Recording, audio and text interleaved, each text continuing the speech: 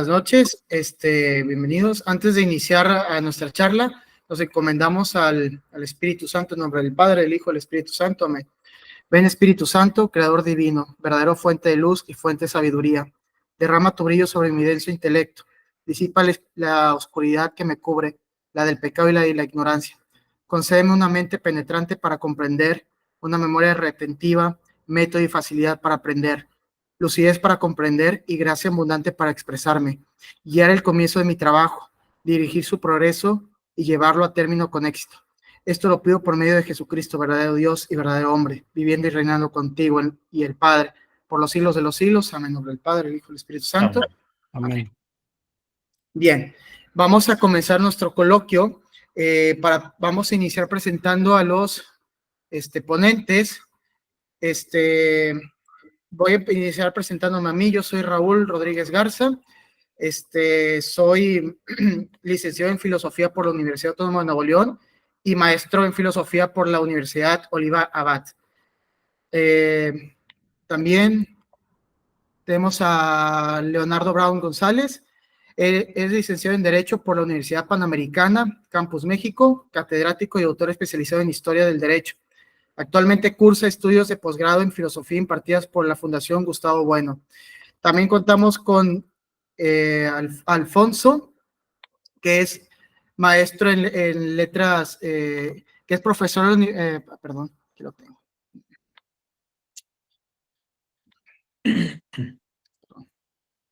Alfonso, que es también, que es licenciado en Ciencias Políticas. Actualmente también es especialista en letras alemanas y actualmente hace su doctorado en filosofía política y en ciencias políticas. Y tenemos también a Juan, perdón, mi computadora anda un poco lento, entonces que también es licenciado en Derecho por la Universidad Autónoma de México y actualmente es catedrático Sin más, iniciamos a nuestra conversación. ¿Te refieres a Javier, Raúl? Sí, a Javier. Sí, a Javier. Es licenciado en Derecho por la Universidad Panamericana, también catedrático. Así es. Perfecto. Especializado en materia penal, un buen amigo mío. Igualmente. Perfecto. Entonces, iniciamos con la charla. Si quieres, vamos a empezar dando un poco el contexto social de la guerra. Entonces, le cedo la palabra a Alfonso, que nos hable del contexto alemán. Adelante, Alfonso. Muchas gracias, Raúl, y mucho gusto estar con todos ustedes. Cuando me comentaste de la posibilidad de iniciar dando un contexto sobre Alemania, quise evitar un poco los lugares comunes y recordé que hay un excelente cuento de Jorge Luis Borges que se llama Deutsches Requiem, y creo que ayuda mucho para trazar un poco una línea que va a desembocar en la Segunda Guerra Mundial y después en lo que sean los juicios de Nuremberg, que es el tema que nos convoca esta noche. Este cuento, narrado desde una perspectiva, desde primera persona de un personaje que, si bien ficticio, trata de simbolizar a un alemán que está a punto de ser juzgado precisamente en estos tribunales de la posguerra. Inicia presentándose, ¿no? El personaje se dice: mi nombre es Otto Dietrich Suerlinde, y dice: uno de mis antepasados, Christoph Suerlinde, murió en la carga de caballería que deseó la victoria de Zorndorf. Zorndorf es una batalla de Prusia, del ejército prusiano contra los polacos durante la Guerra de los 7 años, en el siglo XVIII. Perdón, las fuerzas rusas, disculpen. Después el personaje dice: mi bisabuelo materno Ulrich Forkel fue asesinado en la foresta de Marchenois por francotiradores franceses en los últimos días de 1870. 1870, la referencia es la guerra franco-prusiana, que es una batalla importante porque se enfrentan dos concepciones del mundo, el panlatinismo y el pangermanismo, y estas concepciones se enfrentan en el centro de Europa, un poco para decidir el poder hegemónico de Europa. Y luego dice este personaje: el capitán Dietrich Suerlinde, mi padre, se distinguió en el sitio de Namur en 1914 y 2 años después en la travesía del Danubio. 1914 es otra referencia a la Primera Guerra Mundial y que también tuvo este frente occidental entre Alemania y Francia. Luego, el narrador dice, en cuanto a mí seré fusilado por torturador y asesino, el tribunal ha procedido con rectitud, desde el principio yo me he declarado culpable. Entonces vemos aquí que esta voz narrativa está señalando los hitos de manera sucinta que han, no quiero decir desembocado, para no caer en un determinismo histórico, pero sí episodios simbólicos que es necesario entender para dar un poco algunas pinceladas a este paisaje al que me invitas a hacer, Raúl, y es pues la configuración de Alemania como Estado. Recordemos que esa parte, la parte que hoy es la República Federal de Alemania, pues es, digamos, uno de los núcleos de la atomización después de la Edad Media y del Sacro Imperio Romano Germánico. Esa atomización, esa lucha entre distintas fes, lleva a esta brutal guerra de los 30 años y a partir de ahí, lo que hoy es Alemania inicia un camino para conformarse como Estado y pertenecer a esta comunidad internacional que ya se estaba determinando de acuerdo a los Estados-nación. Sí quisiera también desde ahora adelantar que, y supongo que ustedes coincidirán conmigo, con esta idea de que el Estado-nación es un orden político histórico y no es el único orden político existente. Entonces, dicho esto, estas batallas prusianas contra Rusia, en lo que actualmente es Polonia, estas batallas del siglo XIX, finales del siglo XIX, en esta frontera con Francia, pues son momentos simbólicos de constitución de Alemania como Estado. Y en ese sentido, la Segunda Guerra Mundial también podemos decir que es una continuación de esta rivalidad franco-alemana, por un lado, sobre todo en esta cadena de violencia recíproca, ¿no? Por un lado, en 1870, con esta guerra franco-prusiana, antes quizá incluso con las invasiones napoleónicas desde el lado del Rin, lo que fue esta humillación durante la Primera Guerra Mundial en el Salón de los Espejos, y lo que es después este proceso de rearme de esa parte desmilitarizada de Alemania en la Segunda Guerra Mundial. Pero por otro lado también lo que se llamará durante la Segunda Guerra Mundial el espacio vital, y es esta expansión, ese territorio al este de Berlín, ¿no? Al este esta región llamada Brandenburgo y Prusia Oriental, donde lo que hoy es Alemania pues se enfrenta a estos enemigos históricos, geopolíticos, como es Rusia, como es Polonia, incluso antes Suecia, ¿no? Entonces ya nos da desde ahí el cuento como una noción de los antecedentes de la Segunda Guerra Mundial. No hay una cuestión geopolítica, hay una cuestión de conformación del Estado-Nación, y hay una cuestión también generacional y configuración de enemigos. Este cuento de Borges después hace una parte y dice, nací en Marienburg en 1908. Marienburg, quizá algunos de nuestros oyentes lo saben, es este castillo, Malbork se llama ahora, de las órdenes templarias que ha pasado de manos, y es simbólico que Borges lo retome y lo ponga como el lugar de nacimiento de este personaje, porque también nos habla de los caballeros templarios y de la importancia que tiene para el simbolismo del Estado-Nación alemán. Y dice, hacia 1927 entraron en mi vida Nietzsche y Spengler, Oswald Spengler y Nietzsche. En los años 20, ya del siglo XX, pues es una época de reacomodo intelectual en el que hay una crisis también en cierto sentido existencial. Recordemos aquel famoso dictum de Dios ha muerto, tantas veces malinterpretado, pero que justo la filosofía nietzscheana abre la puerta a una reinvención del ser humano, ¿no? Entonces, en este caldo de cultivo intelectual, el personaje está situado y dice que estas son las grandes influencias de su vida, Nietzsche y Spengler. Spengler, también conocido por este libro sobre la decadencia de Occidente, estas fuerzas históricas, filosóficas que llevan, que dan un ritmo a la historia. Y después continúa el personaje, dice, poco de mis años de aprendizaje, comprendí, sin embargo, que estábamos al borde de un tiempo nuevo y que ese tiempo, comparable a las épocas iniciales del Islam o del cristianismo, exigía hombres nuevos. Ya estamos aquí, dice después, el azar o el destino tejió de otra manera mi porvenir.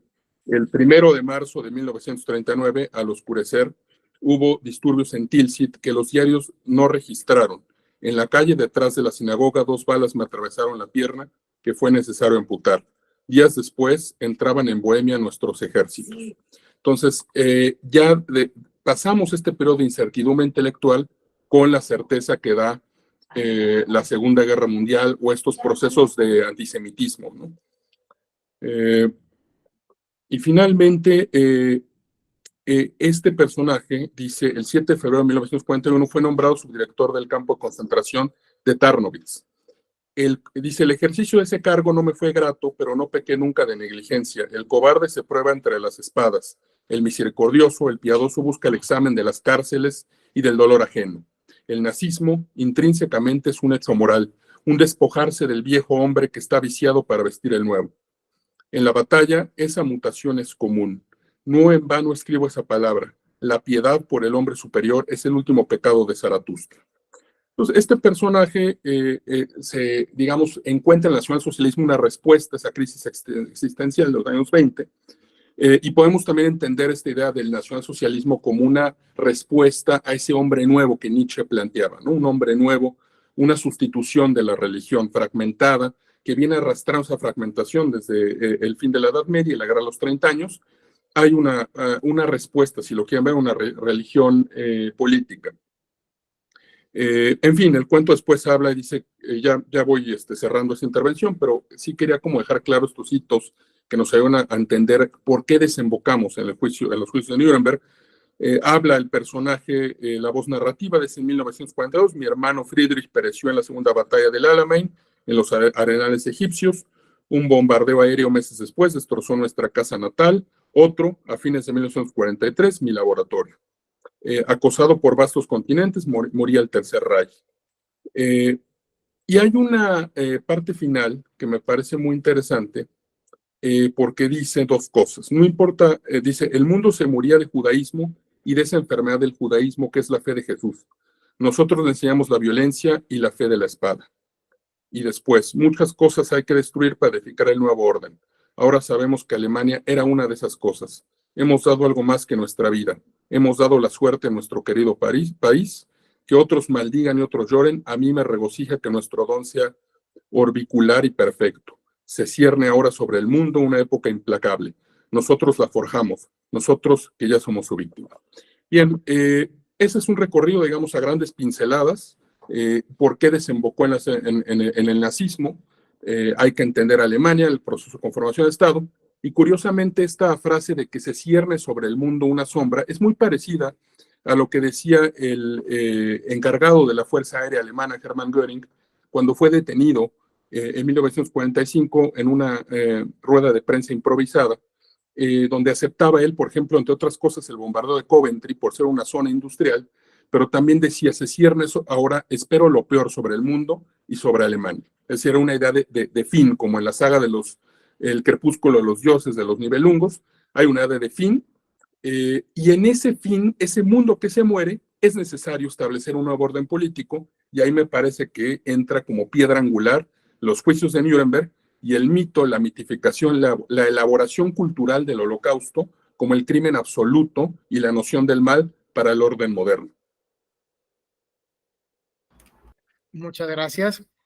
Le doy la palabra a Javier, para que exponga y posteriormente podamos intercambiar ideas. Adelante, Javier. Claro que sí. Digo, no hay muchos cuentos que puedan tener esa calidad como lo que acabas de decir, Alfonso, relacionados con Japón. Japón inclusive muchas veces se ha visto como una especie de país exótico en sus tradiciones, en su idiosincrasia, en cómo maneja la vida. Una de las cosas que pasa con Japón y la Segunda Guerra Mundial, digo, obviamente hay que encaminarnos y dar un poco de contexto, es que primero es un país afectado por guerras intestinas. Los daimios se peleaban por ver quién era el clan que prevalecía sobre los demás y se ganaba el favor del emperador. Aquí 3 nombres son muy importantes: Nobunaga, Toyotomi Hideyoshi y Tokugawa Ieyasu. Ellos son quienes logran la unificación de Japón como un conjunto. Posterior a ello, empieza con Tokugawa Ieyasu el gobierno de banderas, el shogunato y el Bakufu.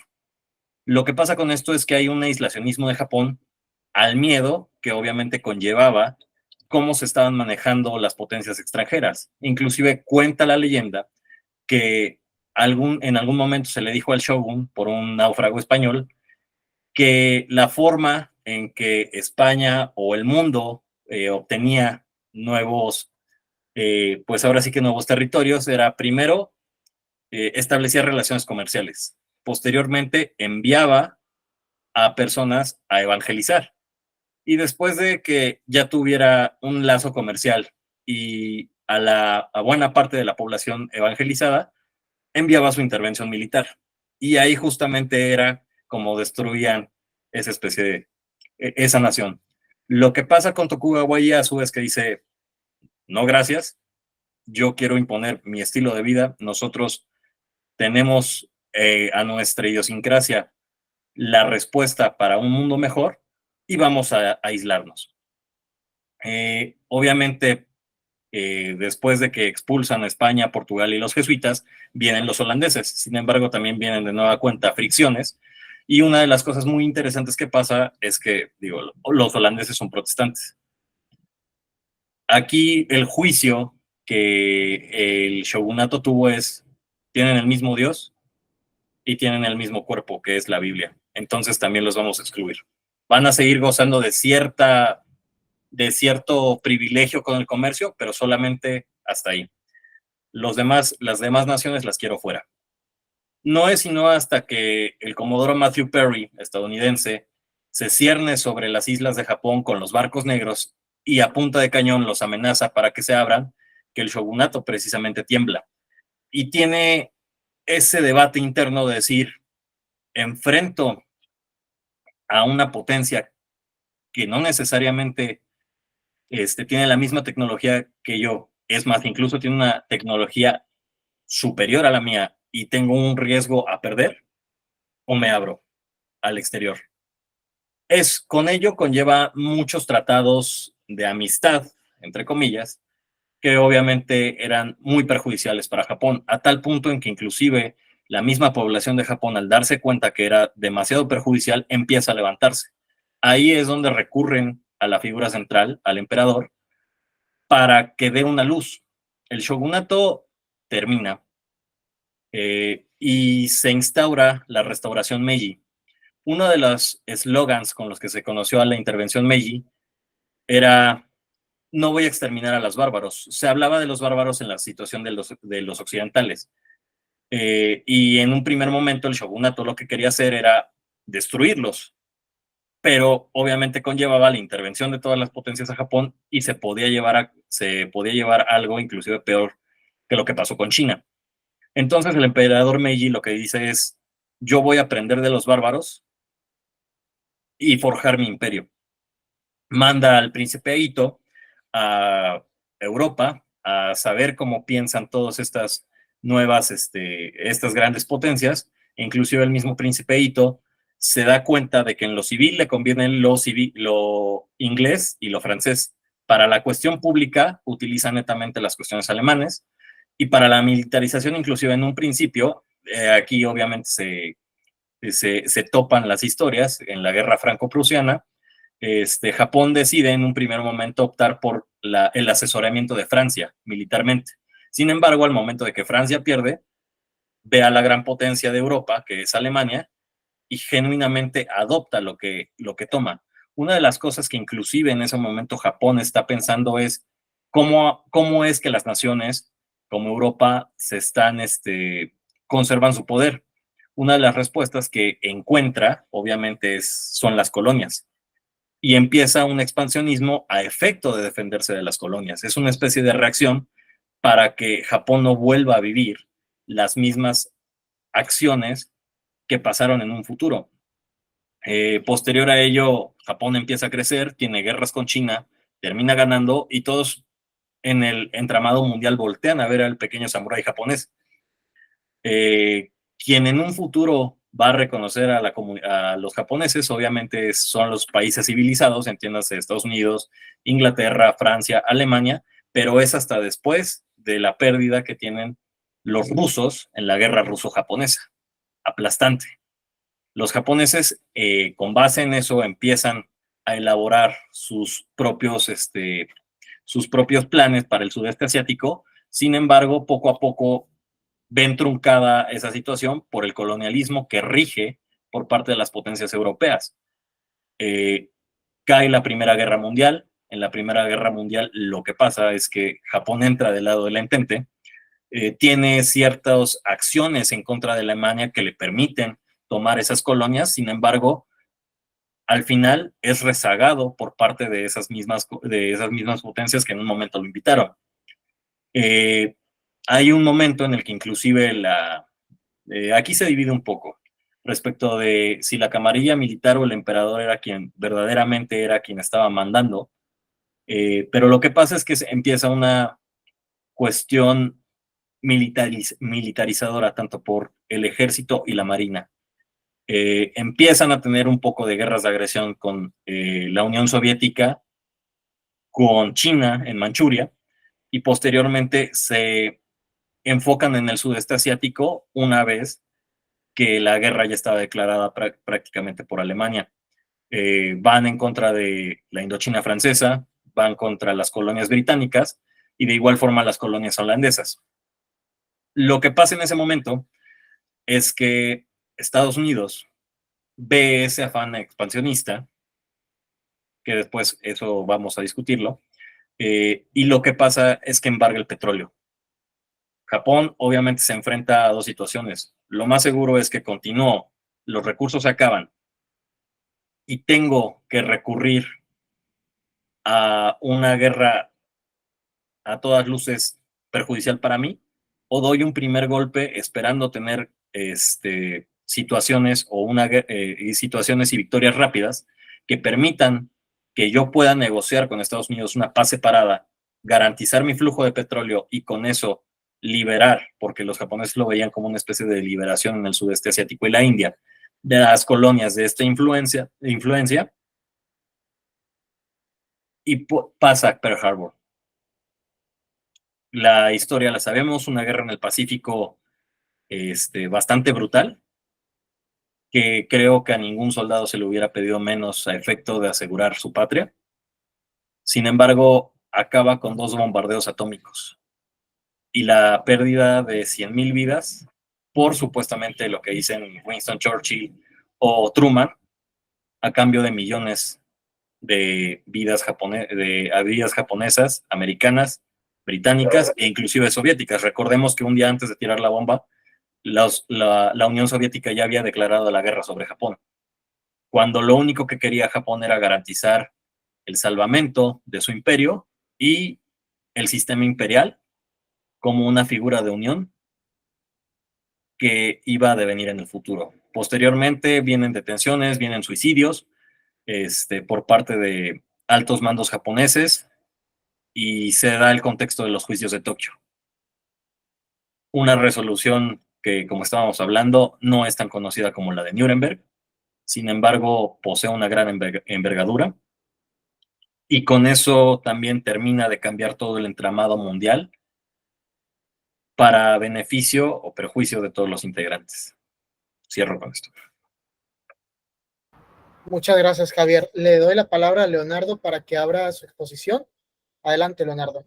Gracias. Creo que mi exposición resulta muy pertinente después de estas 2 grandes intervenciones de Alfonso y Javier. Puesto el problema sobre la mesa, si tuviéramos que titular esta pequeña intervención, a mí me gustaría sintetizarla en la siguiente pregunta. Nuremberg y Tokio, ¿justicia o hegemonía? Y la pregunta es, ¿qué relevancia tiene hablar hoy en día de Tokio y de Nuremberg? Es decir, ¿por qué se justifica que el día de hoy estemos hablando sobre estos temas? Yo les quiero refrescar la memoria de cosas que ustedes seguramente saben, que han sucedido en las últimas décadas y bueno, muy recientemente tenemos ejemplos palpables que tienen una relación directa con los temas que estamos discutiendo hoy en día. Es decir, no es una mera cuestión de erudición histórica, ¿no? Tenemos el ejemplo de la guerra de Yugoslavia en los 90s, la invasión de Irak por Estados Unidos y sus aliados, la invasión de Afganistán, la situación diplomática internacional convulsa en Kosovo, más recientemente la operación o invasión, dependiendo el bando que tomemos, de Ucrania por parte de Rusia a partir de febrero de 2022, la intervención militar del Estado de Israel en Gaza, la invasión del Estado de Israel a Líbano, que acaba de ocurrir hace pocas horas, y bueno, lo que parece ser el estallido de una guerra regional entre Irán e Israel con sus correlativos aliados, ¿no? Para problematizar esta intervención, quisiera yo arrojar una tesis que estoy retomando yo de un teórico, un jurista llamado Danilo Solo, italiano, que ha hablado sobre el fundamentalismo humanitario, sobre las críticas a las posturas pacifistas del derecho internacional, que en gran parte se basan en el legado histórico, jurídico, político que han tenido Nuremberg y por supuesto los juicios de Tokio. Y la tesis es la siguiente: solamente quien pierde la guerra puede ser considerado como perpetrador de crímenes internacionales. Y solamente quien gana, así sea un agresor injusto, no está sometido a regla alguna. Y por lo tanto, no puede existir una sanción política o jurídica en contra suya. Es decir, solamente quien pierde paga las consecuencias y quien gana resulta impune del resultado final de lo que haya acontecido dentro de una guerra. Y por otro lado, debemos considerar también como propuesta, como problematización de este problema que de esta cuestión que estamos analizando, que la justicia internacional, y especialmente la penal, sigue a la voluntad y a los intereses de las potencias hegemónicas que resultan vencedoras de un conflicto. ¿Gracias a qué? Pues sobre todo a su superioridad militar, a su superioridad económica, a su superioridad diplomática.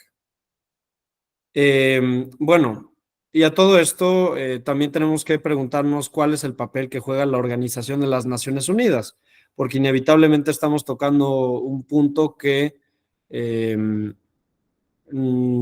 encuentra una gran relevancia respecto del papel que las Naciones Unidas juegan en la definición de lo que es la guerra, de quién es el culpable, de quién merece ser sancionado en el orden internacional.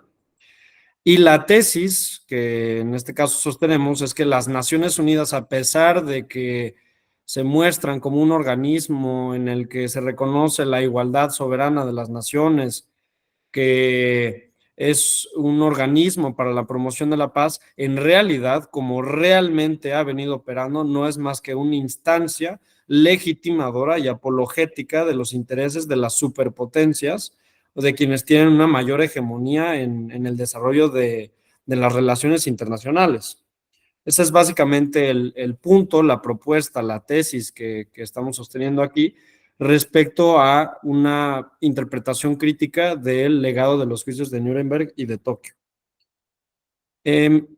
A este punto, bueno, resulta relevante mencionar un concepto que vamos a estar manejando. Es el de la justicia de los vencedores, que como les decía, distingue entre ganadores y distingue entre derrotados. Es decir, no es una justicia pareja, es una justicia un tanto a modo, una justicia que se impone por parte de quien puede imponerla. ¿Por qué? Porque materialmente es quien resultó vencedor de la contienda, por esa sencilla razón. Y por supuesto, esta justicia de los vencedores es una justicia que, bueno, podríamos entrecomillar, que sirve para lograr una impunidad absoluta de todas aquellas acciones que hayan sido realizadas por parte del vencedor. Vamos a ver a continuación algunos ejemplos, pero bueno, simplemente me gustaría mencionarlo a este momento. Y por supuesto, ¿en qué resulta esto en nuestro día a día?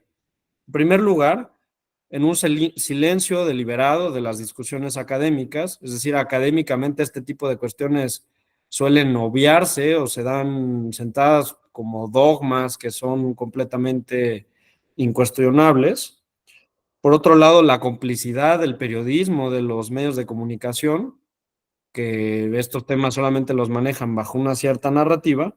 Y por supuesto, en el ámbito del entretenimiento, que tiene un gran papel en nuestro mundo actual, lógicamente el entretenimiento solamente ofrece la visión de la justicia de los vencedores. Piensen, por ejemplo, que en toda la producción de series, películas, videojuegos, solamente conocemos una versión, solamente conocemos un punto de vista.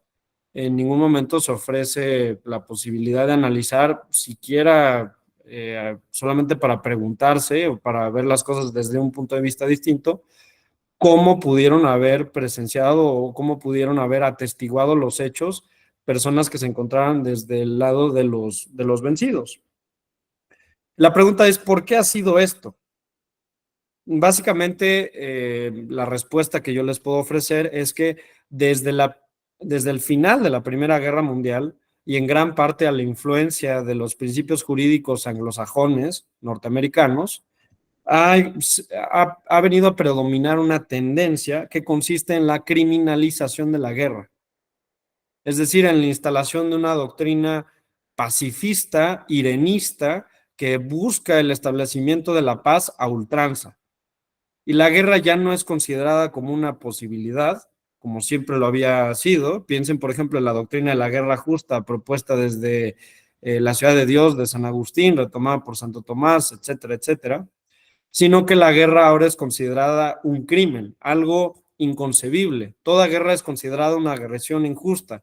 Y la única manera en la que se puede considerar como posible una guerra es mediante la defensa contra una agresión injusta, o bien la defensa de la democracia, los derechos humanos y una variedad de títulos que habilitan una intervención militar. Piensen que, por ejemplo, el papel de Estados Unidos en Medio Oriente en gran parte se ha hecho bajo el título de la democracia, la protección de los derechos humanos, sin importar que esto haya arrojado como consecuencia la pérdida de cientos de miles de personas, incluso millones. Y bueno, también, por supuesto, la existencia de crímenes de guerra que la mayor parte de las veces han resultado impunes. Nuevamente repitiendo esta lógica que ya les decía. Bueno, básicamente un punto importante es que un hecho de gran relevancia es que hasta antes de la Segunda Guerra Mundial y hasta antes de los juicios de Nuremberg y de Tokio, no existía una criminalización de individuos en el plano del derecho internacional.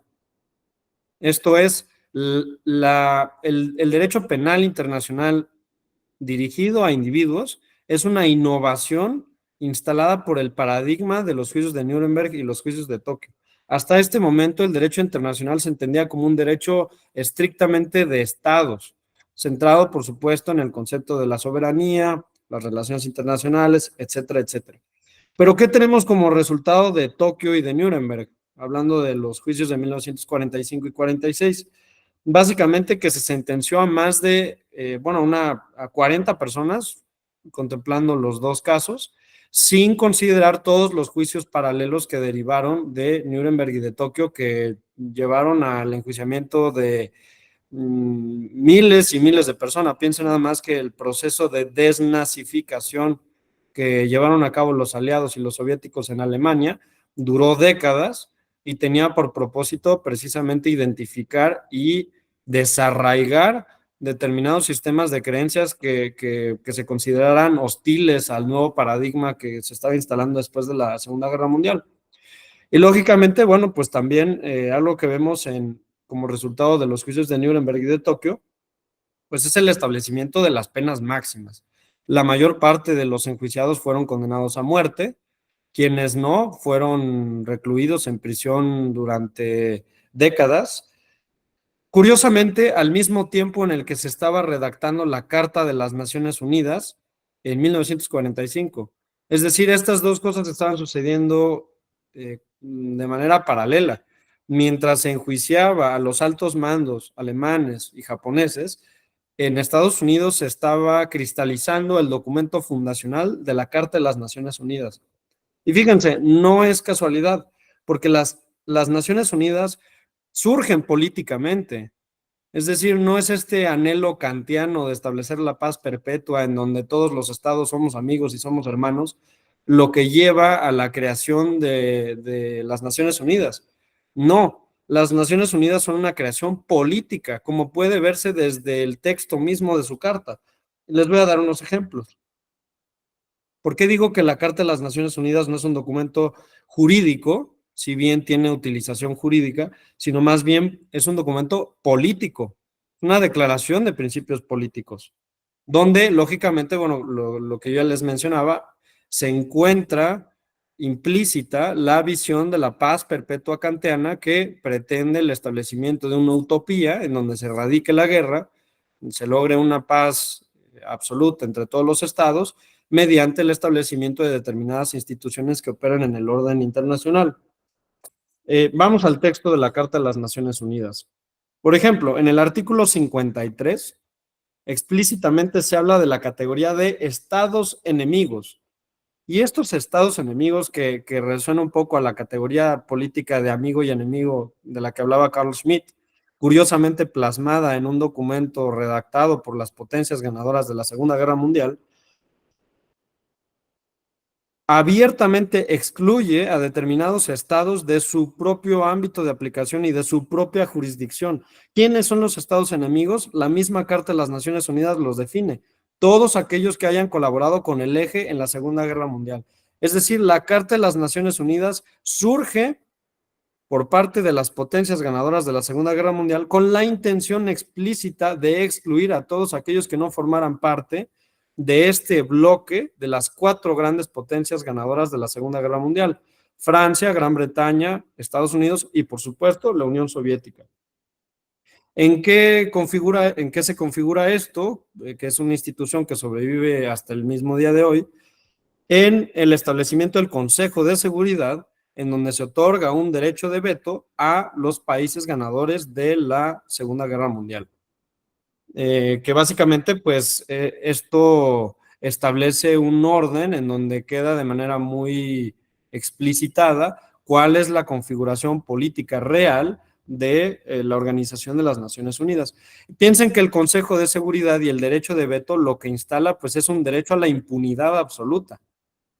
Porque una potencia que tiene derecho de veto y que puede oponerse a cualquier tipo de resolución del Consejo de Seguridad, pues básicamente tiene un cheque en blanco para hacer lo que guste, sin que sus decisiones políticas como Estado sean sometidas al escrutinio de la Asamblea General del Consejo de Seguridad, porque ni siquiera se les puede dar entrada, vaya.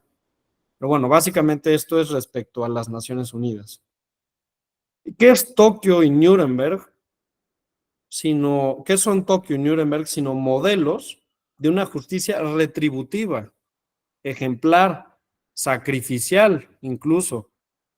Estos 2 grandes sucesos marcan el final de una época, sencillamente por la razón de que el enjuiciamiento de los altos mandos alemanes y japoneses se ofrece de alguna manera como el precio que el pueblo alemán y el pueblo japonés tenían que pagar a consecuencia de sus crímenes.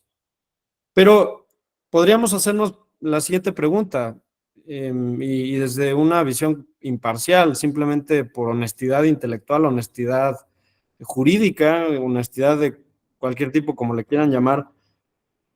Si se enjuició a las potencias derrotadas de la Segunda Guerra Mundial y sin entrar a la cuestión de si cometieron o no aquellos crímenes por los cuales fueron acusadas, ¿por qué no se juzgó a las potencias ganadoras desde el otro lado de la Segunda Guerra Mundial? Es decir, ¿qué se hizo, por ejemplo, con los responsables de que se arrojara la bomba atómica en Hiroshima y en Nagasaki? ¿Qué se hizo en contra de los bombardeos realizados sobre población civil en Dresden, en distintas partes del Japón, que fueron actos de guerra? Es más, ni siquiera fueron actos de guerra, fueron actos que ya no encuadraban dentro de la lógica de una operación militar necesaria para lidiar con el enemigo. ¿Qué se hizo con la invasión soviética de Polonia? Porque lo que no se dice es que los soviéticos también invadieron Polonia. ¿Qué se dice de la ocupación militar que la Unión Soviética realizó de toda Europa del Este? porque ese es el resultado real de la Segunda Guerra Mundial. Y bueno, sobre los procesos de desnazificación que yo les hablaba, que no son precisamente procesos que se hayan hecho acorde a un respeto a los derechos humanos, sino que prácticamente tenían por propósito erradicar esta identidad cultural de la que ya nos ha hablado Alfonso. Toda esta visión, esta idiosincrasia filosófica política que nutría colectivamente al pueblo alemán. Al día de hoy nos podríamos hacer las mismas preguntas. ¿Qué sucede con el enjuiciamiento de Milosevic después de las guerras de Yugoslavia?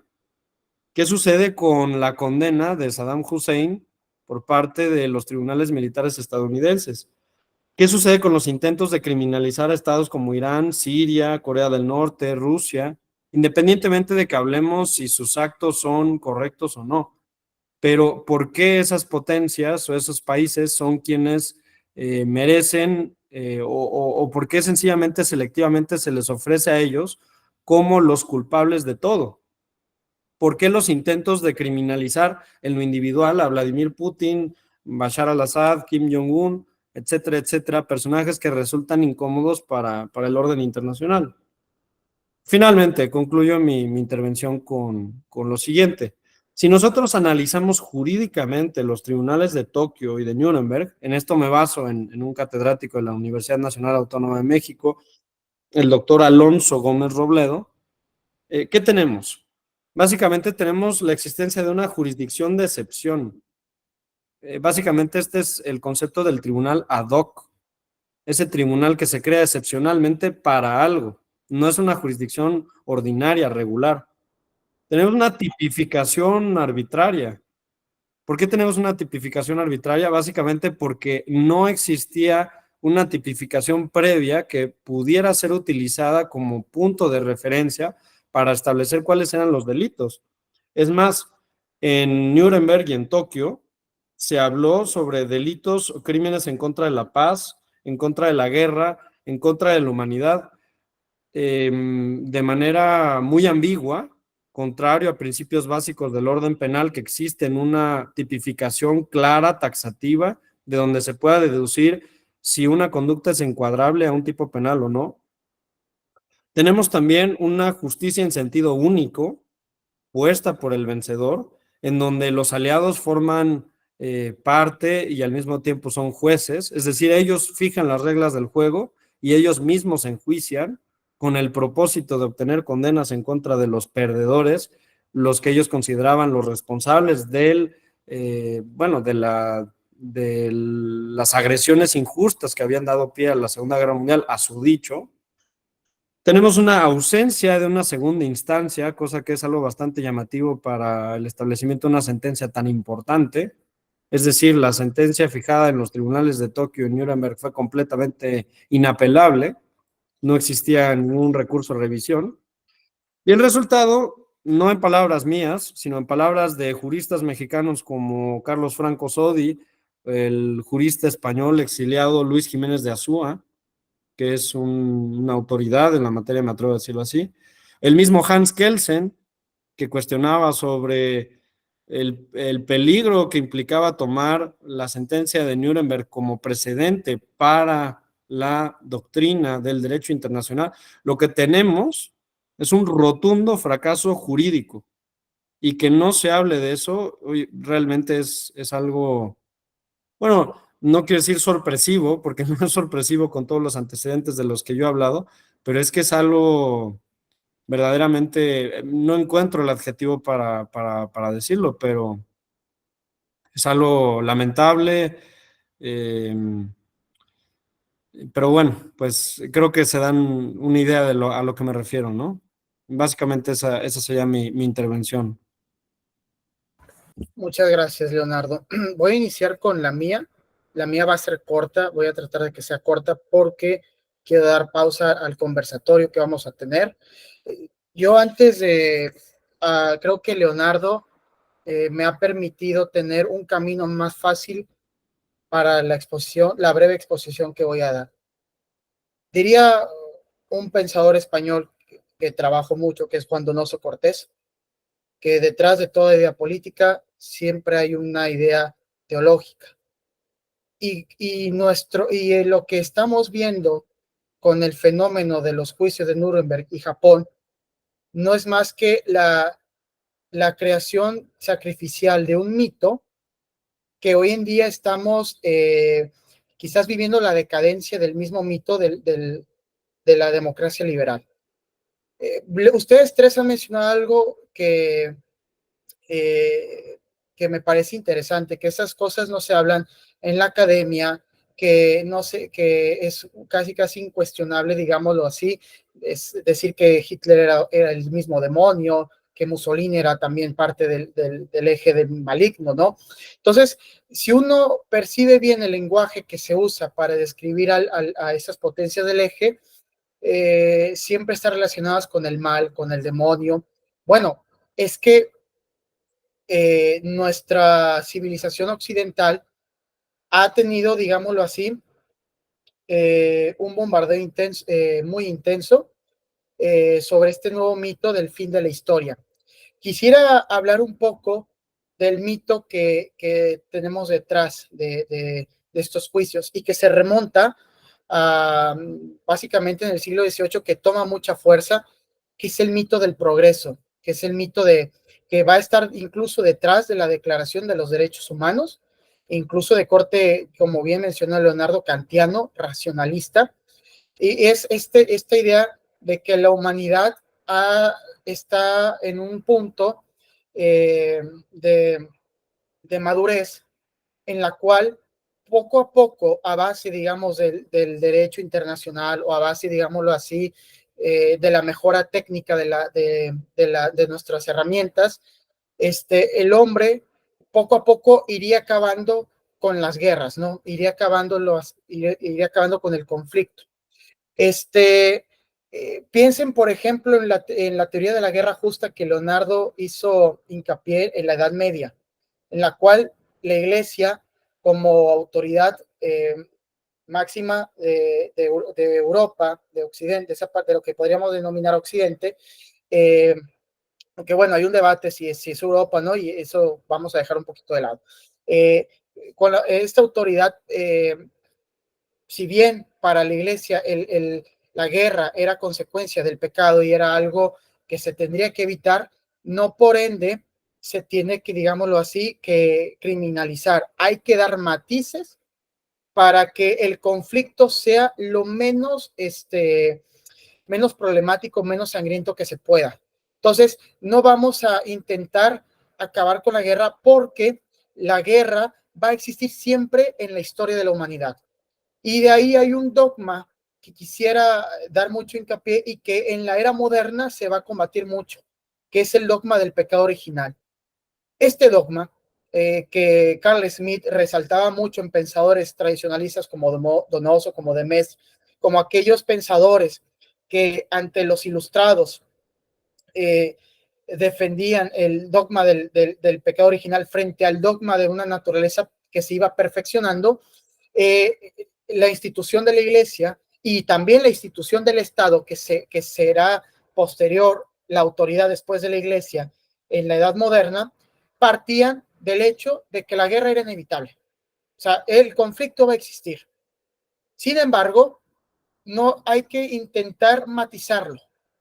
Y eso conllevaba, digámoslo así, a una especie de lucha caballeresca y sobre todo, diría Carl Smith, y eso es una de las tesis que Carl Smith podríamos retomar en este coloquio, en la Edad Moderna con el Estado, pudiera darse una especie de guerra ritualizada de caballeros en las cuales se reconociera a un enemigo, pero no un criminal, con el cual hay que hacer diplomacia, con el cual hay que dialogar. El enemigo es enemigo y no criminal. Entonces, hay una metafísica que sostiene esta visión del hombre en la cual la guerra es un hecho, pero aunque sea un hecho triste, hay que trabajarla. Será en la inauguración digámoslo así, de una especie de negación del dogma del pecado original, con la cual los socialistas como Proudhon, como Bakunin, como el mismo Marx, van a inaugurar digámoslo así, un mito en el cual la humanidad va a progresar para, por ejemplo, para pensadores como Proudhon y Bakunin, en el espíritu, y para Marx, que es aún más nefasto desde mi punto de vista, va a ser la técnica, el desarrollo técnico, lo que va a llegar a un perfeccionamiento del espíritu humano, y vamos a dejar, digámoslo así, de tener este problema. Sucede que en el siglo XX, crisis del Estado-Nación, como diría Jacques Maritain en este libro del hombre y el Estado, los derechos humanos que comenzaban a surgir y que para Jacques Maritain en su momento eran algo bueno, reflejaban dos cosas: la crisis del Estado, que había fracasado en ordenar Europa, y que es dicho orden ya tendría un fin, entonces hay que saltar a otro. Y Maritain elaboró una teoría en la cual el hombre iba progresando en el conocimiento del derecho natural, acercándose peligrosamente, yo diría, aunque habría que discutirlo, a las teorías kantianas. Mucho se habla que Maritain era atomista, pero pareciese que cuando habla de este derecho natural, parece más de una índole racionalista, no progresista. Entonces, como han mencionado mis compañeros, lo que vemos con las Naciones Unidas, con la ONU, es, digámoslo así, la institución que va a reflejar este progreso de la humanidad, en la cual, como el hombre ha llegado a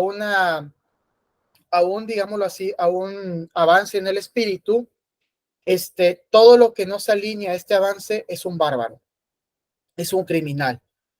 Entonces, también quiero que veamos esta observación, que es mi tesis y que yo la pongo en la mesa. Yo la discutía con Javier antes del conversatorio, que por ejemplo, Europa, al caer, al destronar su orden jurídico, que era la Jus Publicam Europeam, que se basaba en el orden estatal de división bien delimitada del conflicto, la Unión Soviética y Estados Unidos, a diferencia de un orden delimitado como lo tenían los europeos, partían de una idea universalista de un derecho abstracto y universal en la cual todos los hombres podían aceptar por el uso de la razón.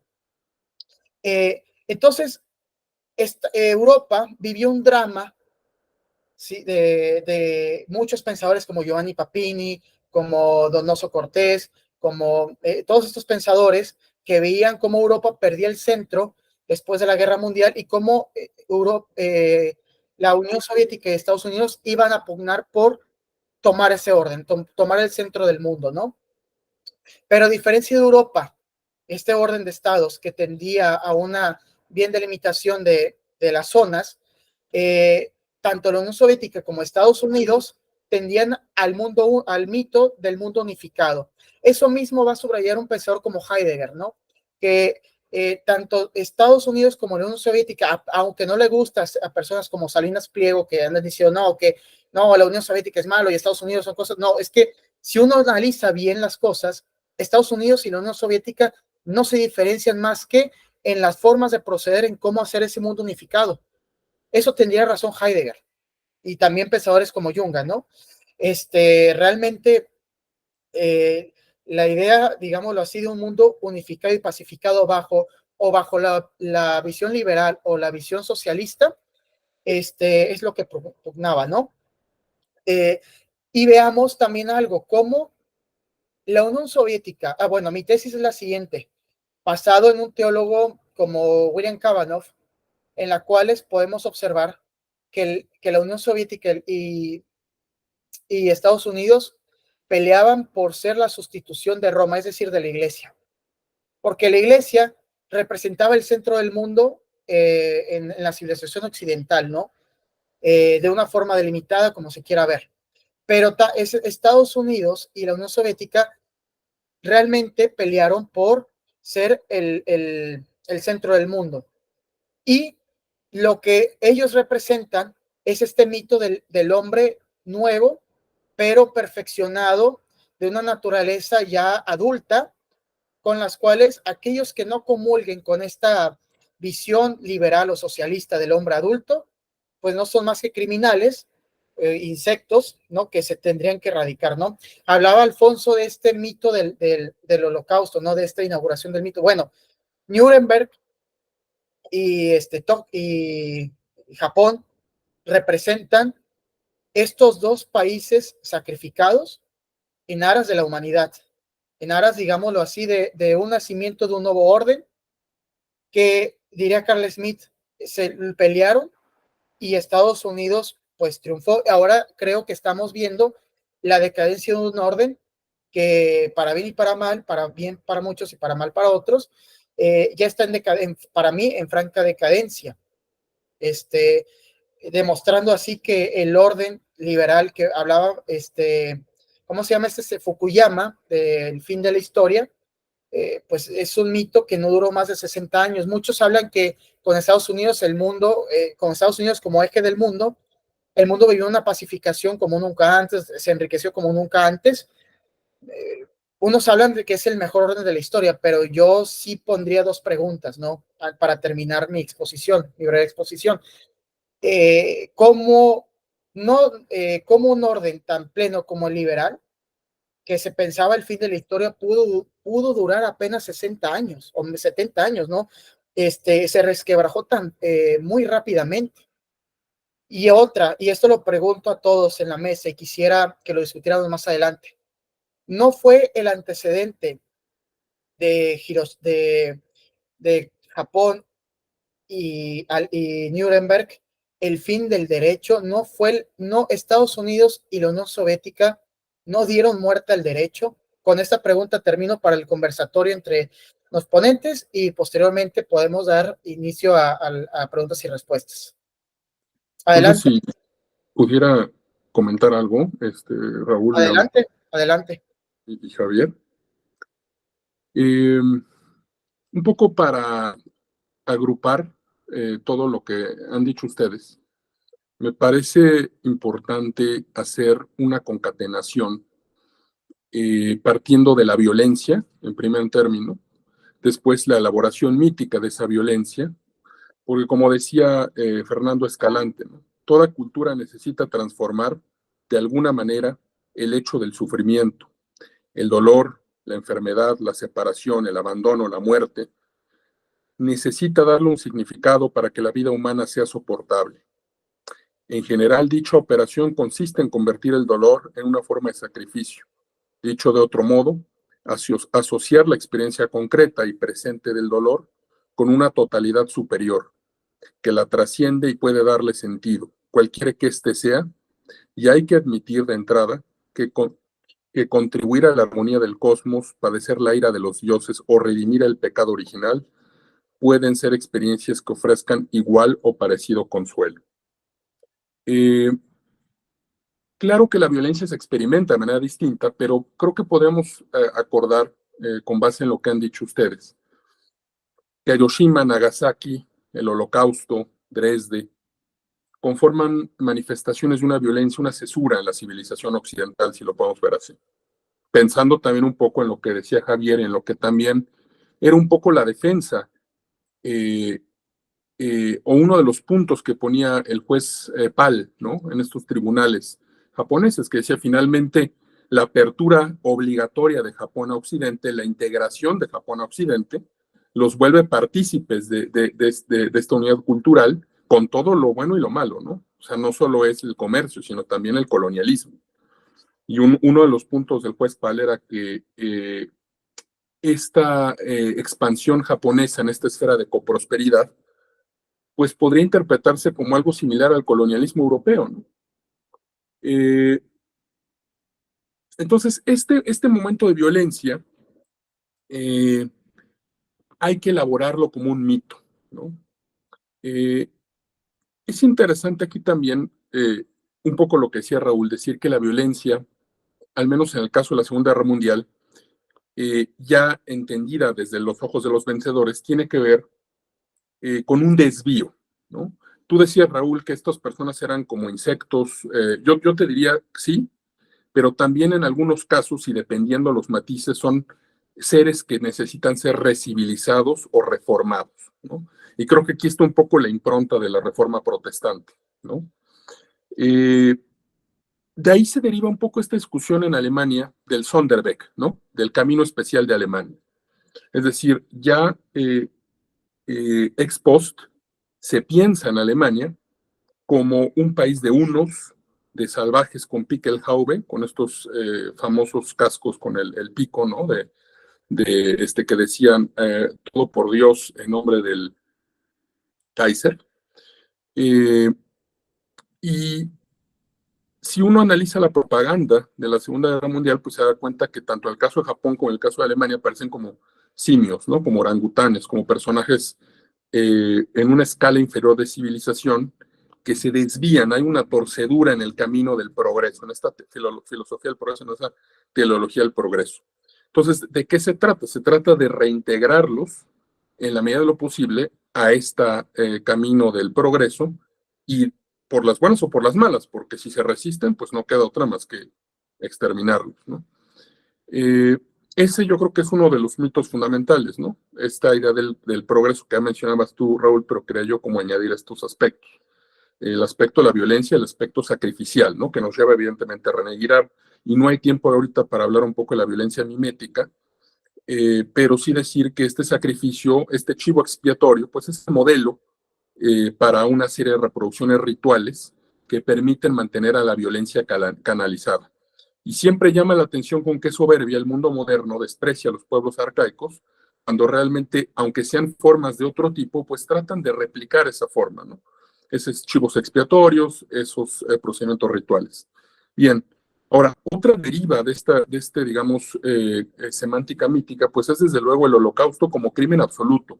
Yo, como sé que abundan las malas interpretaciones y las derivas maliciosas en nuestro medio, sí quiero decir desde ahora que no soy un negacionista del holocausto, y esto no tiene nada que ver con lo que sucedió. Finalmente, porque ese tema le compete al historiador, ¿no? El historiador es el que con los documentos y la evidencia empírica analiza lo que fue el holocausto en su magnitud, qué tuvo que ver la conferencia de avances, si fue una decisión de Hitler, si fue una decisión de Eichmann, etc. A mí lo que me compete, al menos en esta ponencia, es la elaboración cultural del acontecimiento histórico para procesar la violencia, ¿no? Para procesar esos cadáveres, ¿no? De este crimen absoluto se deriva algo que tú también ya tocas, pero me parece a mí que sí vale la pena insistir, que todos esos crímenes como Hiroshima, Nagasaki, Nuremberg, Dresde, y más adelante también lo que decía Leonardo, ¿no? Como es el caso de los bombardeos de la OTAN en Serbia, o el caso de Irak o el caso de Afganistán, se procesan como violencia necesaria, ¿no? Violencia necesaria para defender a la humanidad. Es una violencia que se ejerce en contra de los enemigos de la humanidad. Dicho sea de paso, también de este mito del crimen absoluto se deriva el papel de la víctima absoluta, ¿no? A partir de 1945, en toda la protesta y en todo el procedimiento, el camino de la elaboración cultural de la víctima en Occidente, el modelo van a ser los judíos en Auschwitz, ¿no? Recuerdan ustedes las protestas de los años 60, ¿no? Estos políticos verdes, ¿no? De Francia, ¿no? Todos somos judíos, todos somos Auschwitz, ¿no? Y se repite hasta la fecha. Otra cosa es que nosotros tengamos nuestras cosas particulares. Ahora que está tan de moda esto de quitar a vías sordadas de las calles y estas tonterías, no sé si alguno de ustedes conozca este monumento que está por reforma a las víctimas de la guerra contra el narcotráfico. Bueno, ese monumento que se hizo es una réplica del monumento de los judíos asesinados en Europa de Berlín, ¿no? Y es otra vez, es el modelo cultural de la víctima, ¿no? Hay que asumir el papel. Si uno quiere ser víctima, hay que asumir ese papel. Al mismo tiempo, sí hay que decir que el papel del héroe, guerrero, queda relegado a partir de 1945. A partir de 1945, quien merece el monumento es la víctima. Se creó, como diría el politólogo alemán Herfried Münkler, una sociedad posheroica, ¿no? Una sociedad posheroica que celebra, que llora a la víctima, pero no al héroe. No más Alejandros Magnos, no más Napoleones, no más Clausewitz, no más Moltkes. No, ahora es el Auschwitz como modelo cultural. El tercer aspecto es que la democracia se vuelve el único dique capaz de contener la repetición del crimen y de la violencia fundadora, ¿no? Y cuando hablamos de democracia, evidentemente es un vocablo que está cargado de términos, y podemos discutir aquí también, pero el liberalismo hace suyo el vocablo, y la democracia deja de ser únicamente un mecanismo de elección de gobernantes para volverse un procedimiento casi teológico, ¿no? Que democratizar al mundo, ¿no? ¿Para qué? Para permitir el advenimiento de ese mundo nuevo, ¿no? Y para evitar que recaigamos en el holocausto. Por eso la defensa, o sea, la transformación de Alemania y de Japón y de Irak y de Afganistán como democracias o el intento, es ese ejercicio reproducido, ¿no? Y una cuarta, digamos, línea de este mito fundacional que nace en 1945 es esto que un poco menciona Leonardo, que me parece muy interesante, y quiero añadir unos cuantos aspectos interesantes, que es esta idea del mal, ¿no? El enemigo absoluto. Ya hablabas también tú, Raúl, y decías, bueno, antes pensemos en adversarios, ¿no? En el Jus Publicum Europeum. Incluso en las palabras alemanas tenemos Gegner, ¿no? Como adversario, y uno piensa en un encuentro de esgrima, por ejemplo, y Feind, ¿no? Que es el enemigo absoluto. Bien, todos estos personajes, ¿no? Goering, Himmler, Eichmann, en juicios sucesivos, ¿no? Se vuelven encarnaciones del mal absoluto. O sea, están separados de la humanidad. Y es el modelo de enemigo que asume Putin, que asume Hezbollah, que asume Ahmadinejad, quien ustedes gustan, ¿no? Lo interesante aquí es que estos contornos de la maldad absoluta se escenifican, ¿no? No deja de ser curioso que la transmisión de las imágenes del juicio de Eichmann refresque ese modelo del mal justo cuando la Escuela de Frankfurt está elaborando una discusión sobre la famosa personalidad autoritaria, ¿no? Algo que a mí me parece una patraña, pero es esta idea de tratar de indagar en el interior de las personas para descubrir una inclinación al mal porque son demasiado religiosos, porque siguen una idea paternalista, porque confían en la autoridad. Ah, bueno, entonces usted vamos a recortarlo del resto de la sociedad porque es problemático y tiene una capacidad para inclinarse al autoritarismo, ¿no? Y ese parece algo que ya lo dejamos atrás, ¿no? Con discusiones de Adorno y demás, pero si uno analiza estudios de este año, a propósito del ascenso de la extrema derecha en Alemania, sigue el mismo modelo, ¿no? El modelo de los juicios de la desnazificación que mencionaba Leonardo. Y ya te doy la palabra, Raúl, disculpa, nada más termino con dos citas a propósito de la desnazificación. Un periodista sueco de nombre Stig Dagerman, que asistió a ver esta Alemania en ruinas, en uno de los tribunales de desnazificación escucha a uno de los abogados, ¿no? Abogados que estaban ahí no en favor de los enjuiciados, sino que estaban reuniendo el expediente para acusar a personas de haber colaborado. La frase que registra este periodista de este abogado es: no es solo cuestión de pagar 2,000 marcos de multa y dejar así todo resuelto. Hace falta una conversión espiritual, ¿no? Y la otra, proveniente de un video producido por Frank Capra y Theodor Geisel, mejor conocido como el Dr. Seuss, este personaje que admiran muchos de caricaturas y demás. Bueno, ellos fueron encomendados por el gobierno estadounidense para hacer un video que se llama Tu trabajo en Alemania, ¿no? Y en una voz en off en ese video se dice: algún día el pueblo alemán podría curarse de su enfermedad. La enfermedad de la raza superior, la enfermedad de la conquista del mundo, pero debe demostrar que está curado más allá de cualquier duda, antes de que se le permita ocupar de nuevo su lugar entre las naciones respetables, ¿no? O sea, la democracia es el germicida para limpiar espiritualmente al réprobo, ¿no? Ahora sí, disculpa, me extendí demasiado, pero quería como abundar en esta cuestión mítica que es el origen finalmente del derecho. El derecho frasea, es una gramática jurídica de este mito que nace después de la violencia de la Segunda Guerra Mundial. Yo nada más quería agregar algo así medio chistoso, pero también para analizar antes de darle la palabra a Leonardo o a Javier, porque lo mío es muy breve. Sabes que también me recordé mucho este famoso quiz o encuesta de Humberto Eco, ¿no? De ¿qué tan fascista eres? Entonces, la audiencia tiene que saber que esto no es solo, que eso también están en los intelectuales de talla mundial, ¿no? O sea, porque al fin y al cabo, las academias no ejercen hoy en día una cuestión auténticamente crítica, por más que se digan crítica, se ejercen discursos propagandísticos también. Y, por ejemplo, yo recuerdo lo que usted, Alfonso, mencionaba, me recordó esta famosa encuesta de Humberto Eco, no, pues, ¿qué tan fascista eres? Y si eres muy nacionalista, muy religioso. Entonces, pues, no sé si quieren agregar algo, Javier o Leonardo.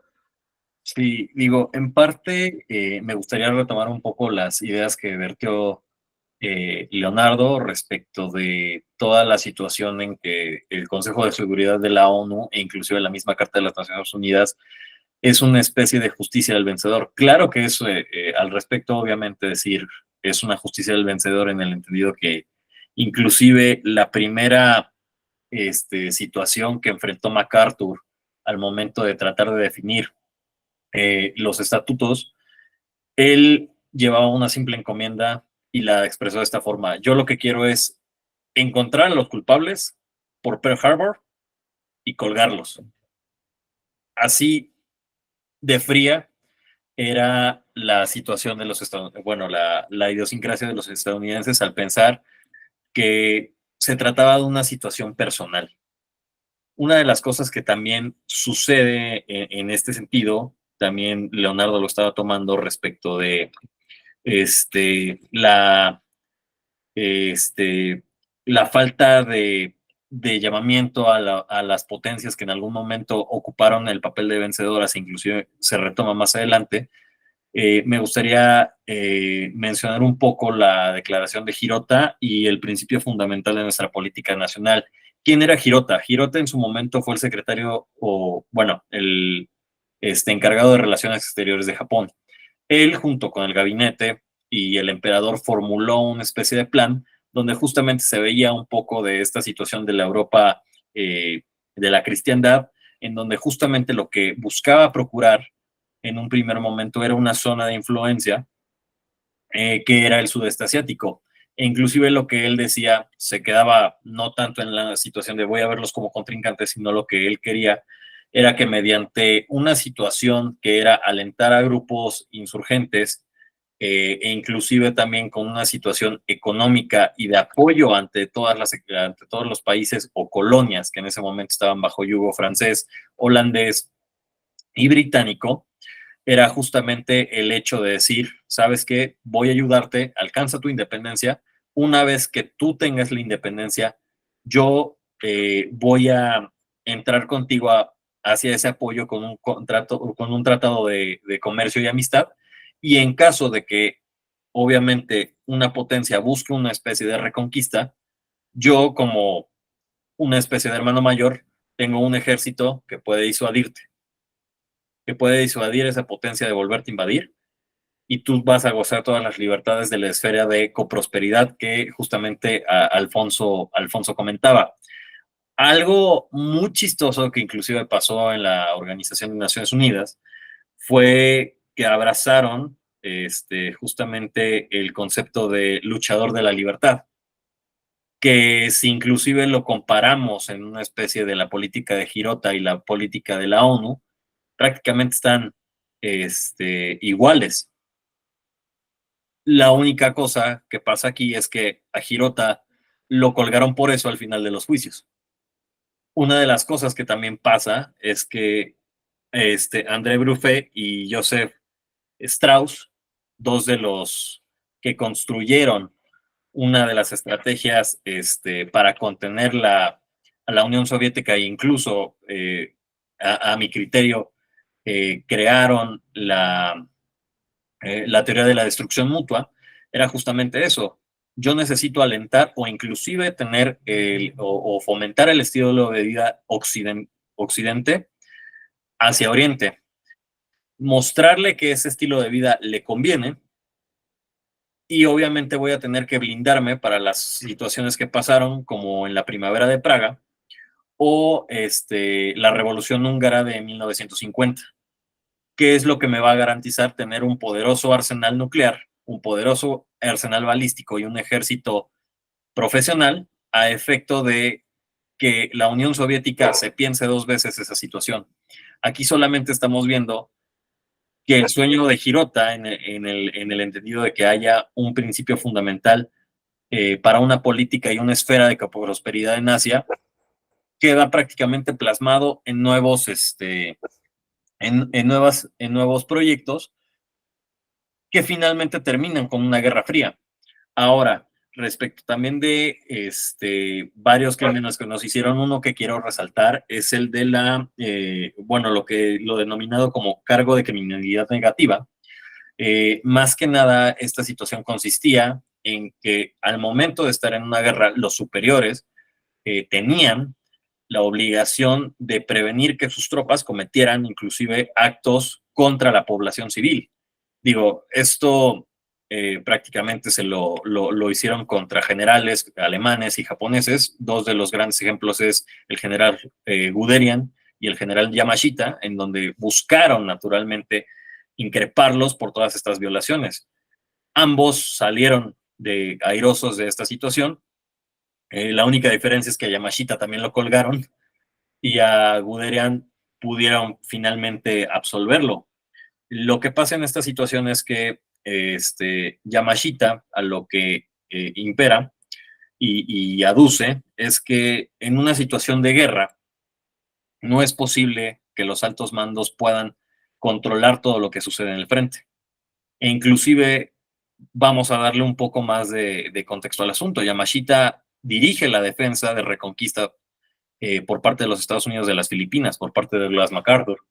Él estaba siendo bombardeado casi todos los días e impedía naturalmente que las tropas estuvieran en una comunicación constante. E inclusive mucho de lo que pasa es que, como también bien señaló Alonso, se les daba una calidad inhumana a los japoneses como a los alemanes.